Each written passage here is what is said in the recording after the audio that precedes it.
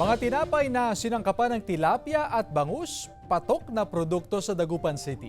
Tunghayan sa ulat ni Joan Punsoy. Ang mga inaalaga ang bangus at tilapia hindi na lang pang-ulam. Pwede na rin maging sangkap sa tinapay. Ito ang pinakabagong produkto sa lungsod ng Dagupan na niluto mismo ng mga estudyante ng Technical Education and Skills Development Authority o TESDA.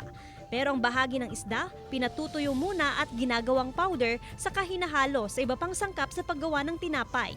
Lahat ng bahagi ng isda pwedeng ihalo, maliban lamang sa bituka, apdo at hasang. Ay hiniwalay-hiwalay namin yung buto, yung kaliskis, yung skin. Hiniwalay namin kasi magkakaiba ng nutrient value yung mga yan.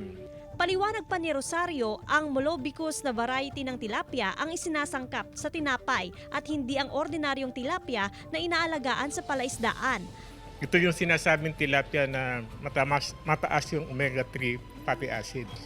Malaking bagay raw ang pagkakadiskubre ng mga nasabing sangkap lalo na sa bread and pastry production na isa sa mga hatid na kurso ng TESDA. Kilalang kilala sa ngayon ay ang bread and pastry.